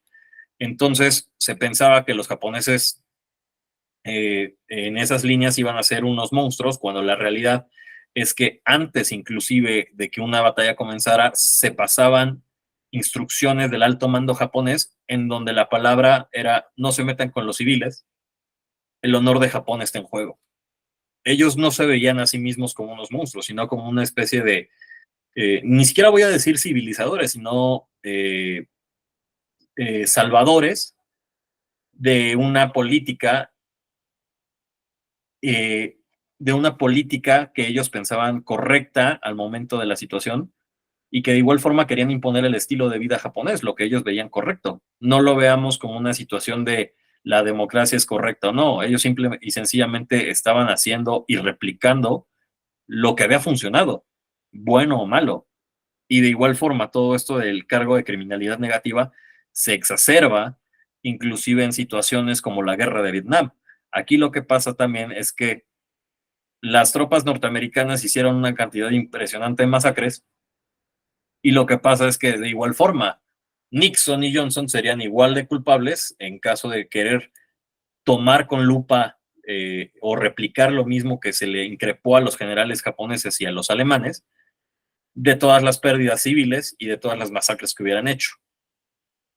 Son estas situaciones que prácticamente ponen contra la pared a este nuevo orden mundial y que justamente buscan o más que nada señalan esa decadencia que se está viviendo. E inclusive el juez Rowling, mismo que buscaba una especie de derecho internacional enfocado a las potencias tercermundistas, en este sentido, para que ellas tuvieran un poco más de injerencia, inclusive también lo deja palpable en los jueces, en el sentido de que en el proceso de Tokio se debió de haber respetado una neutralidad y de igual forma tener a jueces japoneses, a jueces nacionales, a efecto de que pudieran interpretar y tener un mejor contexto de la cultura. Ahora bien, lo que pasa es que, como bien señaló Leonardo, es muy difícil que una potencia de la envergadura de Estados Unidos, antes la Unión Soviética, que posee ese nivel de poderío bélico, diplomático, económico, no quiera amenazar a las otras y de igual forma depender o implantar esa ideología. La cuestión aquí es, ¿cuándo será el momento correcto en que nos encaminemos a esa paz kantiana, donde sepamos que justamente hay que llevar a cabo situaciones más, ¿cómo decirlo?, encaminadas a una coexistencia, y de igual forma, como bien señalabas, vernos como adversarios amigables, a que todo sea una paz perpetua. Digo, cierro con esto. No sé si alguien quisiera abonar algo. Yo hablo muy, muy breve y también para dar pie a si hay preguntas por parte del público. A todo esto creo que una conclusión que yo pudiera ofrecer, me imagino que ustedes estarán de acuerdo, es que la instalación de este dogma pacifista que criminaliza la guerra y criminaliza al enemigo, en abandono de la concepción tradicional de la guerra, en donde la guerra se admite sí como un mal, pero como un mal a encauzarse dentro de determinadas reglas para la salvaguarda de las vidas de inocentes, de evitar la utilización de armas que puedan resultar dañinas en contra de quienes no tienen una responsabilidad directa en el conflicto. Esta política, seguida después del establecimiento de la guerra total en la Segunda Guerra Mundial, en contra de los japoneses y de los alemanes, en lo que ha resultado no es en lograr, paradójicamente no ha logrado sus propósitos. Al contrario, el abandono de este concepto del derecho en la guerra, del jus in bello, del entendimiento de la guerra bajo una óptica agonal, en el sentido griego de la palabra, de una lucha en donde se respetan determinadas reglas. Esto lo que ha ocasionado es que más bien se establece un pequeño club al cual pertenecen determinadas potencias, determinados actores históricos, estados, que ciertamente se sujetan a estas reglas, se benefician de estas reglas, pero eso sí, todo aquel que no entre dentro de la lógica que ofrece este club, inmediatamente queda excluido, hecho a un lado, deshumanizado, porque ya ni siquiera se le puede concebir como un enemigo digno de combatir, enemigo que ciertamente es mi enemigo, pero yo no tengo por qué odiarlo. No tengo por qué analizar la categoría de enemigo desde un punto de vista axiológico, como si se tratara de una categoría moral. Simplemente mi conclusión y la reflexión que yo arrojo en este sentido es: la guerra siempre ha sido una lamentable realidad, y querer extinguirla mediante decretos o mediante promulgaciones jurídicas que en realidad esconden principios políticos, más bien lleva a lo contrario. Considero yo muy pertinente esta frase que decía el padre Leonardo Castellani. El padre Leonardo Castellani decía: el anticristo va a ser humanitario, porque es precisamente bajo el título de humanitarismo que es más fácil esconder la realización de los peores crímenes. Esa sería mi reflexión, mi conclusión a todo esto que hemos comentado. Sí, muchas gracias. Perdón, Raúl, adelante, nada más, es que una cosa que dijo Leonardo antes, muy rápido. Creo que evidentemente no hay tiempo ahorita para meternos en una discusión teológica, pero sospecho, y lo pongo sobre la mesa también para la discusión del resto de las personas, que en el fundamento de esta necedad con extirpar la guerra hay una antropología, ¿no? Una idea del ser humano perfectible, capaz de desprenderse de todo vicio y toda maldad, de reformarse y no aceptar su lugar caído, ¿no? Esas dos antropologías, una en la que hay una, pues sí, una naturaleza caída que espera también la gracia, y otra en la que el ser humano es capaz de despojarse de todo vicio para reformarse. Creo que de ahí se derivan dos actitudes frente a la guerra y que en algún momento sería importante indagar, ¿no? sí. Y nada más agregaría algo antes de darle la voz a los ponentes. También se combina un hecho, esta idea del fin de la guerra se combina con el hecho del el avance técnico, porque diría Carl Smith algo muy interesante en un texto sobre de la neutralización de la cultura, ¿no? Como el hombre moderno, en este mito del perfeccionamiento del hombre, eh, se creyó que un progreso moral iba de la mano con un progreso técnico.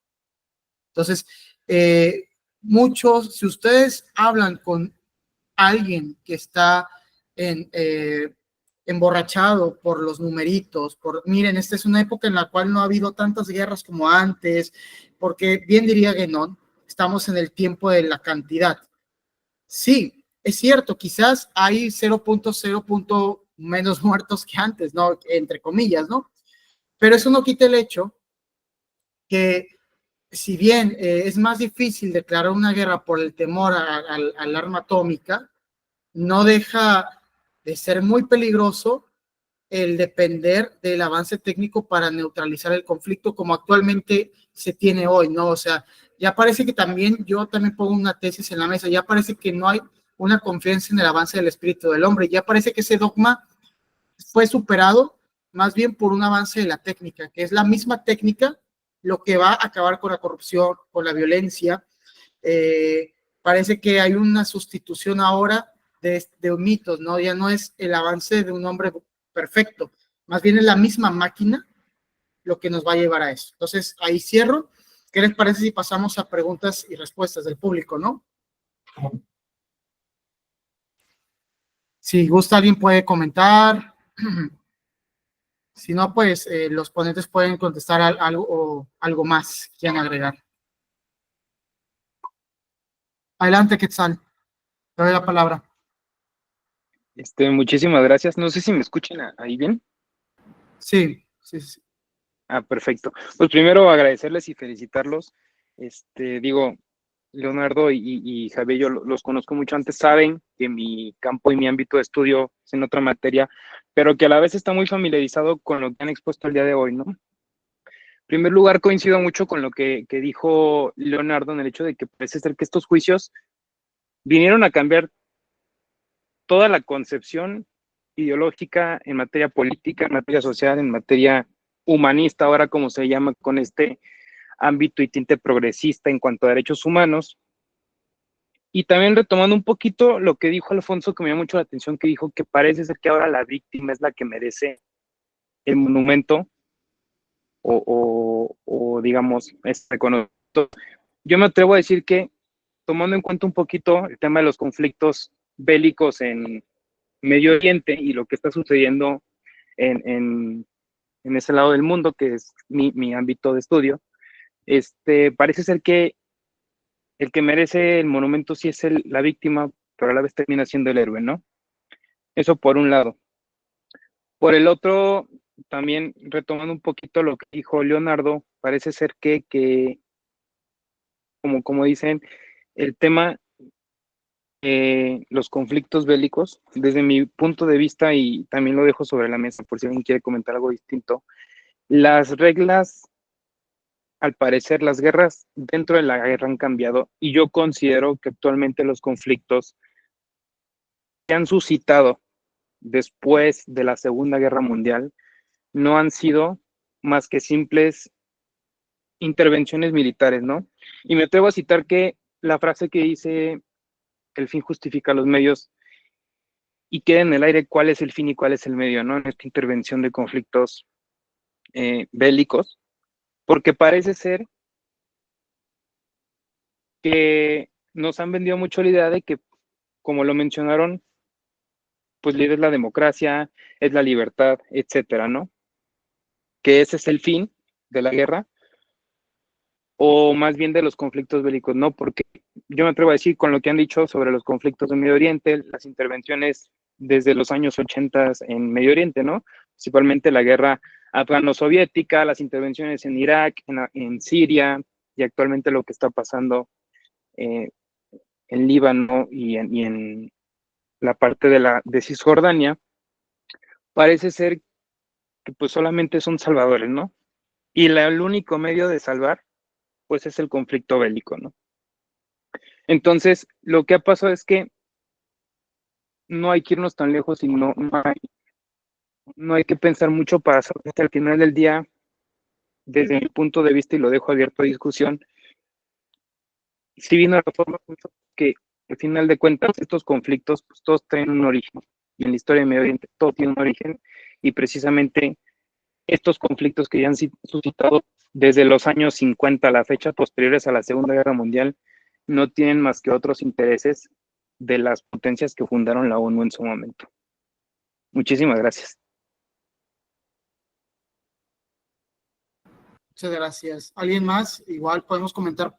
Eduardo, ¿podrías por aquí, dice que está la mano levantada? Yo sugiero que por respeto también al tiempo y no extendernos demasiado, si gustan podemos hacer una ronda en general, considerar las preguntas que si tienen más y si gustan dedicamos unos minutos a resolverlas para no volver esto interminable, ¿no? Estoy de acuerdo. ¿Alguien más tiene alguna pregunta? Eduardo, que tiene la mano levantada. Adelante. Buenas. ¿Me escucho? ¿Cómo estás, Eduardo? Adelante. Sí, buenas. Mi pregunta, bueno, es sobre el campo de los mitos donde me quería hacer la pregunta, ¿no? Por ejemplo, pues ya ven que la razón por la que estos mitos, el mito de Nuremberg, el mito de Hiroshima y Nagasaki como algo bueno, es algo indiscutible porque la gente que instaló esos mitos todavía pues tiene poder, ¿verdad? De la ONU y todo eso. Es por eso que es completamente, no se puede discutir. Básicamente en Internet es muy difícil encontrar material respecto a eso, incluso hay que meterse a fuentes algo pues alternativas, ¿verdad? Otros buscadores que no sean Google y todo eso. En cambio, existen otros mitos que a pesar de que la gente que los instaló pues terminó, ya no tiene tanto poder como antes, pero sin embargo siguen permaneciendo, ¿no? Por ejemplo, la leyenda negra, el mito de la iglesia de la edad negra, el oscurantismo, ¿verdad? Es decir, se pueden discutir estas cosas abiertamente porque las potencias, los poderes que algunos los instalaron, pues ya no tienen el poder, ¿verdad? Y sin embargo permanecieron. Mi pregunta sería esta: ¿cuál sería aquello que, como ya mencionaron, pues el poder, el orden liberal está en decadencia, pero cuál sería aquella cosa que a pesar de todo termine pues permaneciendo, ¿no? Por ejemplo, el hecho de que aquella persona que se oponga al orden sea criminalizado, pero otra vez, en lugar de por oponerse al orden liberal, sea por oponerse a otra cosa, esa sería mi pregunta. Adelante, Yolanda. Hola, pues yo solamente quería agradecerles, me pareció súper interesante, muy disruptivo, muy disruptivo. Yo creo que a la más del 90% de la población lo que aquí se habló le parece marciano, pero me da muchísimo gusto que existan estas mesas. Y bueno, también recomendarles en la librería prohibida tenemos más de 1,700 títulos que hablan de esto, como un libro muy interesante que se llama Los juicios de Nuremberg, donde hacen algo muy parecido a lo que ustedes hicieron hoy, hacen una crítica a los juicios de Nuremberg. Y bueno, pues muchísimas gracias, la verdad estuvo largo, pero la verdad es que bien atrapador, muy interesante. Perdón, el autor del libro, Yolanda. No lo tengo en la mente, te De lo paso acuerdo. por WhatsApp. Bueno, si no, eso lo podemos compartir ya en un Y momento. tenemos como 700 títulos ahí del tema. Muy bien. Y Eduardo, no, Edgar, perdón, Edgar, perdón. Edgar, buenas noches. Pues antes que nada, pues gracias por esta tertulia, la verdad que estuvo muy buena. Hay cosas que uno no sabe, ¿no? Y pues quiere como ampliar el conocimiento y pues gracias a ustedes que comparten esto. Yo conozco aquí a mi buen Leo, no sé si te acuerdas de mí, Leo, voy a prender mi cámara. Y bueno, mucho gusto. Solamente para pues como finalizar esto, bueno, de mi parte, dos preguntas. Estas guerras o estas guerras que han pasado en la historia de la humanidad tienen un trasfondo, bueno, mejor dicho, nos compete como católico, como católicos, o sea, luchar contra esto. Y la segunda pregunta, ¿cada guerra tiene un trasfondo para derruir el orden cristiano o la cristiandad, por así decirlo?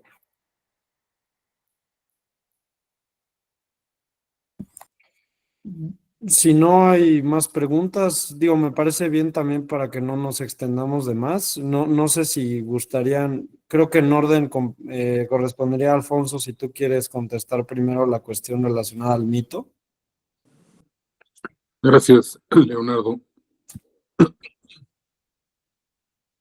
Hay una cosa que es importante mencionar respecto al mito, que no es, digamos, una historia lineal, ¿no? De donde se pasa como, retomando un poco este título de este autor Wilhelm Nestle, ¿no? De logos al mito, no es un proceso lineal, es decir, el mito convive con el logos o la manera de entender la realidad desde otra perspectiva, están siempre de manera yuxtapuesta, y llama la atención, lo que sí llama la atención es un proceso de creer que la racionalidad entendida, ¿no? Desde esta perspectiva moderna puede desterrar al mito. Eso me parece que es un rasgo muy particular de esta época. Vamos, sí lo hubo, hay una disquisición en Platón, en Aristóteles, sobre la verdad del mito, sobre en Herodoto, ¿no? Sobre la historia, la evidencia, o qué es realmente la tradición oral, qué es el mito, a Homero, ¿no? Si realmente lo que él cuenta, pues tiene un grado de veracidad o tiene alguna utilidad. Sí había esas discusiones, pero generalmente al mito se le relegaba y se le fue relegando a la cuestión más sagrada, ¿no? Que es un poco la escuela Mircea Eliade, ¿no? Las verdades más elementales de la existencia humana. Pero el mito está conviviendo todo el tiempo, ¿no? Y esa idea de que hay un proceso lineal que destierra el mito es también parte de esta discusión en la que nosotros estamos inmersos, ¿no? Finalmente, el mito es una forma de ordenar la realidad, ¿no? Como lo es también la aproximación científica, ¿no? Uno puede ordenar una peste como el coronavirus, ¿no? Desde una maldición mitológica o desde una idea científica. Evidentemente no estoy diciendo o sea, que las vacunas no sirvan para nada, lo que estoy diciendo es que le da tranquilidad a las personas. O sea, ¿qué explicación les ayuda para entender lo que les está pasando? Desde ahí es de donde yo estoy hablando. Y esta cuestión que por ahí mencionaban, no me acuerdo si se me fue Quetzalcóatl o Edgar, pero estaban hablando mencionaron por ahí esta cuestión creo que fue Quetzal, discúlpame, esta idea de las víctimas, ¿no?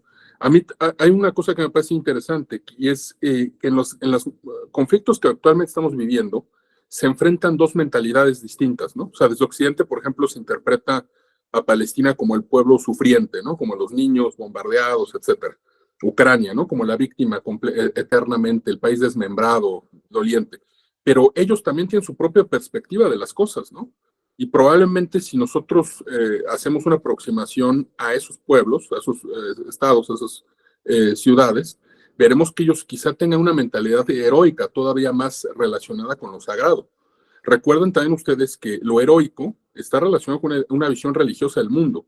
Mientras más se descomponga la idea religiosa del mundo, más desaparece lo heroico, porque ya no hay capacidad de procesar la idea de sacrificio por la comunidad o por un grupo social. Se vuelve simplemente una idea de un baño de sangre, ¿no? Por eso es que también es muy fácil arengar a los ucranianos a ir a la lucha desde un sofá en Berlín, en París o en Madrid, pero no estar uno en el frente, ¿no? Entonces, también cómo percibe el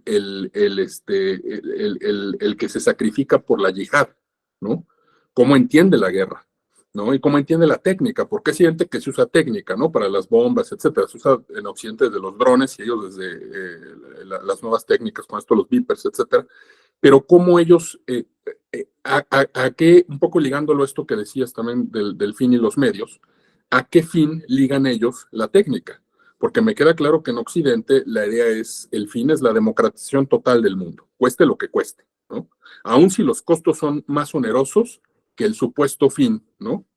Es una incapacidad de admitir una pluralidad de formas políticas y porque se piensa que toda aquella forma política, monarquía, imperio, clan, ahora que está de moda en México también el tema de los crimen organizado, todas esas formas son enemigas del Estado y la democracia, entonces hay que exterminarlas. No se puede convivir con ellas. ¿No? Ya, termino ahí. Gracias por las preguntas. Adelante, Javier. Bien, yo creo que retomando un poco de también esta cuestión del mito, digo, lo voy a poner muy japonés en ese sentido. Justamente también una de las cosas que se buscaba o de la que es reconocida el pueblo japonés es que va en un conjunto. Son normalmente el tipo de personas que se preocupa por el bien que se le está formando a la sociedad. E inclusive, muy bien señala Alfonso, muchas veces se arenga en una situación más occidental y de Europa, el que las personas piensen en individualismo. Justamente aquí es donde se parte toda esa idiosincrasia y finalmente también se van hacia sus propias colectividades. Japón es un ejemplo de reconstrucción después de toda la guerra. Obviamente hay quien diría que, que fue malo o fue bueno en el sentido de que siguió el camino trazado por los Estados Unidos al imponerle una constitución y al imponerle ciertos requisitos a efecto de que pues, no se volviera a ver una potencia como esas en el Oriente. Sin embargo, también los japoneses no se ven como una especie de víctima. Inclusive a la fecha ellos piensan que hicieron lo correcto e inclusive tan hicieron lo correcto que su imagen más preciada, que es el emperador, sigue en pie. Tan es así que es una reencarnación del sol y es lo que los dota de una especie de heroicidad para que afronten este tipo de situaciones. Creo que aquí una de las cosas que pasa con el mito es que sí, una de las cosas que se tiran con el mito es el individualismo y mientras más individuales sea, pues es mejor controlarte. Mientras tanto, si formas parte de una colectividad, tienes ese sentido de pertenencia e inclusive sepas lo que la sociedad demanda de ti y lo que tú puedes demandar de esa misma sociedad, a efecto de que ese intercambio sea mutuo, pues el hecho de que tengas esa pertenencia y ese sentido va a perdurar. Y jamás, por más que pasen los sistemas democráticos o los supuestos regímenes mundiales, eso te va a separar. Creo que sería lo que yo podría abonar a esto. Adelante, Leonardo. Sí, si me lo permiten, creo tiene un orden con lo que comenta excelentemente tanto Alfonso como Javier. El mito al final del día crea una conciencia colectiva. Esa funcionalidad está presente en los mitos de todas las sociedades. Por eso, por ejemplo, la sociedad helénica se funda sobre la épica homérica, sobre la mitología en Hesíodo y demás autores que son fundacionales para la cultura helénica. Todas las culturas tienen esos referentes mitológicos. Conectando un poco con la pregunta que nos hacía Edgar, nos compete a nosotros que venimos de una cultura, de una idiosincrasia cristiana, católica, todos estos temas nos competen. Mi respuesta es que definitivamente sí.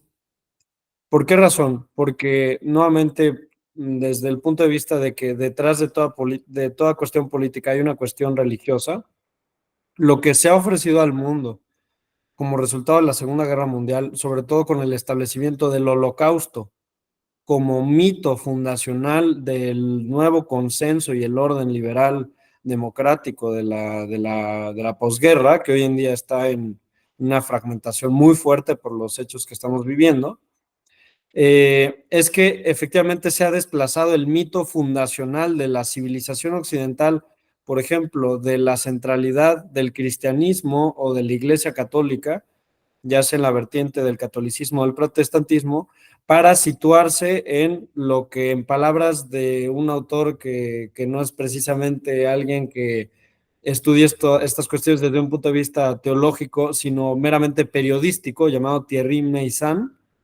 Thierry Meyssan plantea al Holocausto como el mito fundacional que estructura una nueva teología política orientada en quiénes, en el pueblo judío. el pueblo judío es colocado en el centro como punto de referencia máximo, y ya la visión cultural ya no está dirigida a, incluso si admitimos la discusión entre protestantismo y catolicismo, si es la Iglesia Católica o es meramente el cristianismo, como una idea más diluida, vaga. Ahora el punto central está colocado en el pueblo judío. Y no es sorpresa que, por ejemplo, las ideas de Leo Strauss, que tanto planteó una teología política alterna a la corriente de la modernidad, pues desemboquen en la instalación del pueblo judío, el Estado de Israel, para los judíos que siguen la corriente sionista, como el epicentro de la civilización occidental. No es sorpresa que, por ejemplo, cuando escuchamos el discurso político de partidos y de partidos políticos y de candidatos políticos que abiertamente dicen defender a la civilización occidental, ellos colocan a Israel como el centro. Es el caso de Vox, es el caso de las derechas patrióticas alemanas, la derecha patriótica alemana que recientemente ganó varios escaños en las elecciones más recientes en Europa. Es el caso de los nacionalistas al estilo Trump. En fin, lo que les quiero mostrar es cómo en la visión de la posguerra, que todavía sigue vigente, al menos en los círculos más patrióticos o nacionalistas que buscan defender su concepto de la civilización occidental, el mito fundacional ha sido desplazado efectivamente hacia una teología política judía, en donde está colocado como el centro el Estado de Israel. Es básicamente mi intervención y, bueno, lógicamente, pues claro que nos compete como cristianos. Esa sería mi respuesta al planteamiento. Ya nada más para acabar brevemente y que va a la par con el que dice Leonardo sobre si nos compete a nosotros, evidentemente sí, porque también no hay que olvidar que el pensamiento cristiano tiene una visión teleológica de la historia. Obviamente, como bien dice Eric Fogelty, la iglesia siempre lo vio hacia el cielo, hacia el fin de la historia se va a realizar, pero no en este mundo, sino se va a dar hasta en el más allá, ¿no? ¿Qué estamos viviendo ahora? Vivimos una especies de escatologías cristianas inmanentizadas que, que se han apropiado con instituciones que se han apropiado del lugar que le correspondía a la iglesia. Por un momento fue el Estado y ahora parece que son Estados Unidos.